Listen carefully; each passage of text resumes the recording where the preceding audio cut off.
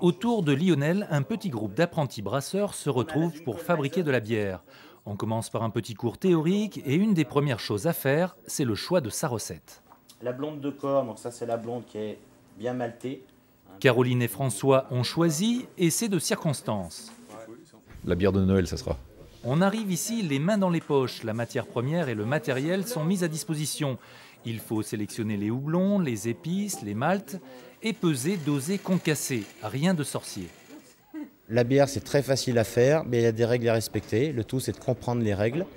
Et puis une fois qu'on a compris le mécanisme, ça reste de la cuisine très simple à porter tout le monde. Et comme dans les bonnes cuisines, on écoute les conseils du chef avec attention.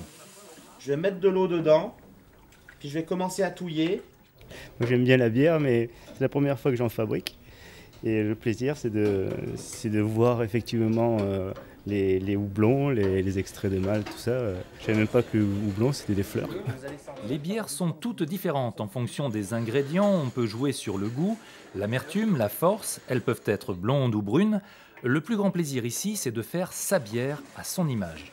C'est intéressant parce qu'on arrive après avec un résultat final et on peut se dire est-ce que vous voulez goûter une autre bière et c'est pas juste de la bière artisanale ou quelque chose comme ça.